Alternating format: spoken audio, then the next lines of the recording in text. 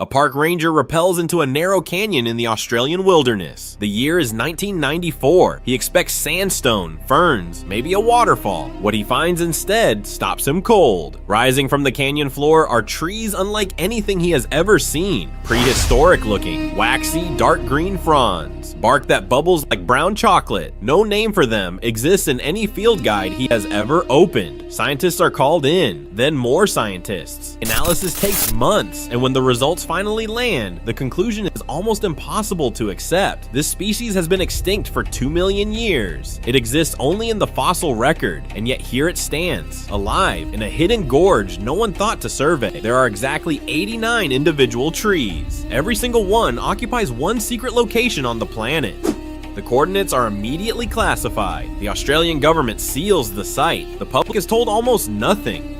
A species that died out before modern humans walked the earth is somehow still here, and almost no one is allowed to know where. The Wollemi pine appears in fossils dating back 200 million years. That places it firmly in the Jurassic period, a world of dinosaurs, shallow inland seas, and a supercontinent that had not yet finished tearing itself apart. Botanists had studied those fossils for decades. The conclusion was always the same. This tree was gone, finished, a relic pressed into ancient rock. Australia's Blue Mountains sit west of Sydney, and beneath their surface lies something extraordinary. Thousands of sandstone gorges, carved deep over millions of years, most of them never formally explored. The terrain is brutal. Sheer walls, dense undergrowth, no trails. Entire canyon systems exist that no scientist has ever entered. Before 1994, the scientific consensus was absolute. No living Wollemi pine could possibly remain.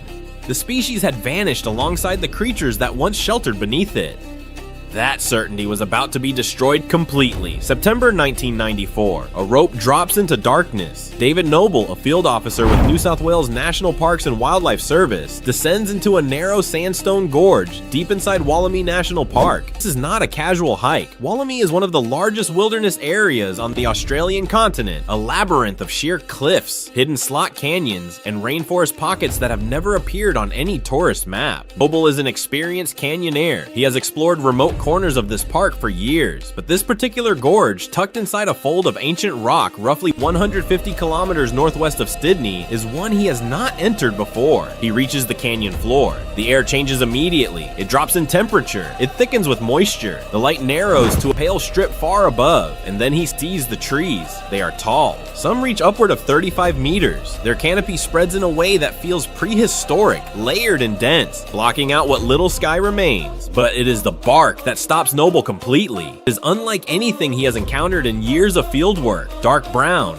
almost black. It bubbles outward in rounded nodules, soft in texture, strange in appearance. Experienced naturalists develop instincts. Noble's instinct tells him immediately that something here is deeply wrong or deeply right in a way he cannot yet name. He pulls out a small knife and cuts a single branch. He bags it. He climbs back out of the canyon. That branch travels to the Royal Botanic Gardens in Sydney, where botanists receive unusual specimens regularly. Most are identified within hours. This one is not. The foliage is waxy and stiff, arranged in a spiral pattern along the stem. It does not match any known living species in New South Wales. The botanists begin pulling reference materials. Then they pull fossil records. What happens next is the kind of moment that redefines careers. The foliage from Noble's branch matches fossil specimens from the Jurassic and Cretaceous periods with near perfect accuracy. The cellular structure, the leaf arrangement, the waxy coating, all of it aligns with plant material preserved in rock strata dating back over 200 million years. Botanists at the Royal Botanic Gardens, including Dr. Ken Hill and Wynne Jones, confirm what should have been impossible. Noble has not found an unknown living species. He has found a species that science believed had been extinct for at least 2 million years, with ancestral lineage stretching back to an era when dinosaurs walked beneath its canopy. The species is formally named Wollemia nobilis. The genus name honors the park. The species name honors the man on the rope. The scientific community's initial response is documented disbelief. Researchers who had spent careers studying Australian flora described the discovery as comparable to finding a living dinosaur. The Wollemi pine is not a close relative of known species. It belongs to its own genus, branch of the Araucariaceae family, with no confirmed living relatives until that branch sample arrived in Sydney. One officer, one rope, one canyon, one branch. That is all it took to collapse 2 million years of scientific certainty. A number can carry almost no weight at all, or it can carry the weight of an entire species. After Noble's discovery triggered a formal scientific response. A survey team was dispatched to map the population inside the canyon. They moved carefully. The location was kept off official communications. Access required technical rope work and navigational skill. The team documented when they reached the canyon floor would determine whether the Wollemi pine was a remarkable discovery or a catastrophic one. The answer was both. The full wild population of Wollemia nobilis stands at 89 adult trees, distributed across just 2 small groves within the same hidden canyon system. 89. That is the entire global wild population of a species with a lineage stretching back over 200 million years. The combined area occupied by both groves is smaller than a standard city block. In conservation biology, a wild population of this size does not trigger concern. It triggers emergency protocols. The mechanism that makes this number so dangerous is genetic. When a population collapses to this level and remains isolated for long enough, genetic diversity collapses with it. DNA analysis of the Wollemi pine population confirms what the survey numbers already suggest. The trees are nearly genetically identical to one another. The variation that exists within a healthy plant species, the diversity that allows some individuals to resist disease while others survive drought, is almost entirely absent here. These 89 trees are, in genetic terms, closer to clones than to a wild population. Age estimates compound the severity. Dendrochronology and growth rate analysis suggest individual Wollemi pines in the canyon are hundreds of years old. Some estimates place the oldest specimens at potentially over 1,000 years of age. These are not young trees that established recently. They are ancient survivors that have persisted through conditions that eliminated everything around them, and yet survival across a millennium offers no protection against what a single catastrophic event could do in a single season. The mathematics of extinction at this scale are straightforward and brutal. One wildfire moving through the canyon could reach both groves within hours. One flood event channeled by the same sandstone walls that have protected the trees for so long could scour the canyon floor completely. One introduced pathogen, carried in on a boot sole or piece of equipment, could move through a population with near zero genetic resistance in a matter of months. Any one of these events, acting alone, would eliminate every wild Wollemi pine on Earth in a single incident. The Royal Botanic Gardens and New South Wales National Parks began treating the site not as a discovery to be celebrated, but as a patient in critical condition. 89 trees, 2 groves, 1 canyon. The species had survived the asteroid that ended the dinosaurs, and it was now one bad season away from disappearing forever. There is a place in the Blue Mountains that does not exist on any public map. No trail marker points toward it. No interpretive sign stands at its edge. The canyon that holds the last wild Wollemi pines is, for all official purposes, a blank space, and that is entirely deliberate. The exact GPS coordinates of the grove are classified by the Australian government and remain withheld to this day. That is not a precaution from the 1990s that was quietly lifted once the excitement faded. It is an active, ongoing policy. The people who know the precise location can be counted on very few hands, and most of the rangers who patrol the surrounding Wollemi National Park, all 487,000 hectares of it, are not among them. The reasoning behind that secrecy is not bureaucratic caution, it is biological survival. The single greatest threat to the grove is not drought, not climate change, not even wildfire in its immediate form. It is a boot. Specifically, it is what a boot carries. Phytophthora cinnamomi, a water mold commonly known as root rot, is one of the most destructive plant pathogens on the planet. It spreads through infected soil particles, the kind that cling invisibly to the treads of hiking shoes. A single visitor who had walked through any contaminated bushland before entering the canyon could introduce it to a root system that has had no evolutionary exposure to it in tens of millions of years. The Wollemi pines survived the Cretaceous. It would not survive root rot. Once established in the grove's soil, Phytophthora cinnamomi cannot be eradicated. There is no treatment. There is no reversal. The infection simply progresses until the host trees are gone. Beyond pathogen risk, the threat of illegal collection sits at the center of every security decision. Rare plant poaching is a global black market worth hundreds of millions of dollars annually. Cycads, orchids, cacti, and carnivorous plants are routinely stolen from protected habitats and sold to private collectors across Europe, Asia, and North America. A living specimen of a tree that was believed extinct for 200 million years would command a price that is genuinely difficult to estimate. Even a cutting, even a handful of seeds. The incentive for poaching is enormous, and the grove's isolation is its only real defense. New South Wales National Parks and Wildlife Service implemented a strict access protocol from the earliest days after the 1994 discovery. Authorized visits require full decontamination of all footwear and equipment before entry. The number of people permitted to enter the canyon in any given year is tightly controlled, and those visits are conducted for scientific monitoring purposes only. There are no exceptions for curiosity, no exceptions for media, no exceptions for rank. 89 trees cannot absorb a single mistake. The secret is not a mystery being kept from the public out of possessiveness. It is a firewall between the last wild population of a Jurassic species and a world that, with the best of intentions, could destroy it in an afternoon. Imagine trying to save something so rare that even moving it feels like a gamble. The conservationists who took on the Wollemi pine faced exactly that problem.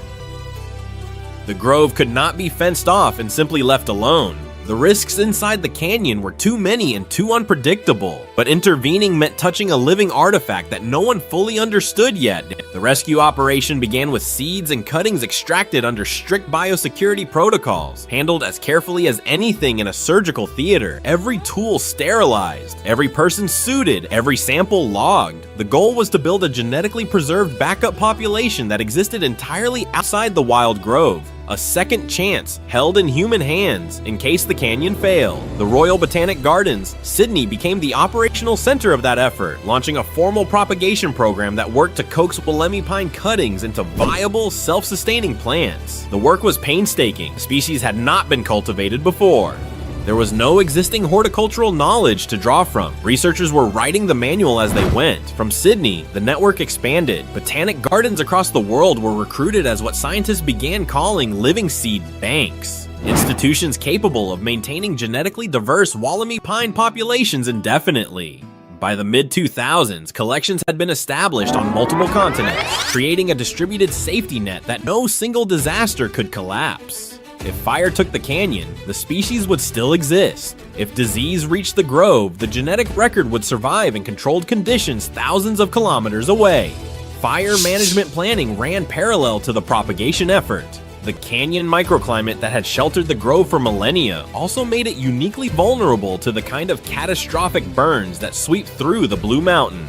Specific fire management protocols were developed for the surrounding terrain, strategies designed to reduce fuel loads without disrupting the canyon's moisture and shade conditions that the pines depend on. It was precision work, balancing the needs of one tiny population against the broader fire ecology of one of Australia's most complex landscapes. The conservation plan treated the Wollemi pine not as a curiosity but as critical infrastructure, something worth the same institutional seriousness as a national archive or a hospital. But all of that planning was about to meet its hardest test. There is a moment in conservation history when someone in a boardroom said something that sounded almost absurd. If the Wollemi pine is so rare that people will pay fortunes to steal it, then sell it to everyone. Flood the market. Make it ordinary. That was the logic, and in 2005, they actually did it. The New South Wales government, working alongside the Royal Botanic Garden Sydney, made the decision to propagate Wollemi pines at scale and release them into commercial trade. The mechanism was deliberate and calculated. By making the tree widely available, it would collapse any black market incentive. A poacher cannot profit from stealing something you can buy at a garden center, and every dollar generated from sales would be redirected back into protecting the wild population still hidden inside that canyon. The launch was not quiet. The first Wollemi pines went to auction at Sotheby's in Sydney, treated with the same ceremony as rare art. Individual specimens sold for thousands of dollars. The event generated international media coverage and placed the tree in the hands of collectors, institutions, and enthusiasts across Australia, the United Kingdom, the United States, and across Europe. In that single auction, the Wollemi pine crossed oceans. Within years, propagated trees were available at retail nurseries. The price dropped as supply scaled. A tree that had been unknown to science a decade earlier was now sitting in suburban backyards in Melbourne, London, and Seattle. Royal Botanic Gardens, Sydney oversaw the propagation program with strict controls, ensuring that every commercially sold tree traced back to cultivated stock, never to the wild grove. The firewall between the garden center and secret canyon held. The numbers behind the program are striking. By the mid-2000s, tens of thousands of propagated Wollemi pines had been distributed globally. Revenue from sales was channeled directly into the Wollemi Pine Conservation Program, funding ongoing research, wild population monitoring, and biosecurity operations at the site. The trees were reaching private collectors in over a dozen countries, and botanical gardens across 4 continents added them to their collections. The paradox is almost poetic. The rarest tree on Earth, a species that survived in a hidden gorge for 200 million years without human knowledge, became something you could carry home in a pot. The gamble was that familiarity would breed protection rather than contempt. If people grew these trees, touched them, watched them grow, they would care about the wild ones surviving somewhere in a canyon no one was allowed to visit. Whether that gamble paid off was about to be tested in the most brutal way possible. In the summer of 2019, Australia burned. The Black Summer bushfires became the most catastrophic fire season in the country's recorded history, scorching more than 18 million hectares, destroying thousands of homes, and killing an estimated 3 billion animals. The scale was almost incomprehensible, and the fires moved toward Wollemi National Park. The secret canyon, the one location on Earth where wild Wollemi pine still grew, sat directly in the fire's path. What happened next was extraordinary. The New South Wales Rural Fire Service, working with conservation authorities, launched an emergency aerial operation. Helicopters flew into the gorge, dropping fire retardant directly over the grove. Specialist firefighters were airlifted in and physically installed irrigation systems around the trees to hold the heat back. The world was watching. Scientists, conservationists, governments tracked the operation in real time. And through all of it, through every press briefing and every urgent update, the exact location of the canyon was never disclosed. Even at the edge of extinction, the secret held. What the smoke revealed when it finally cleared was something no one had predicted. Subscribe to see the next species we almost lost forever.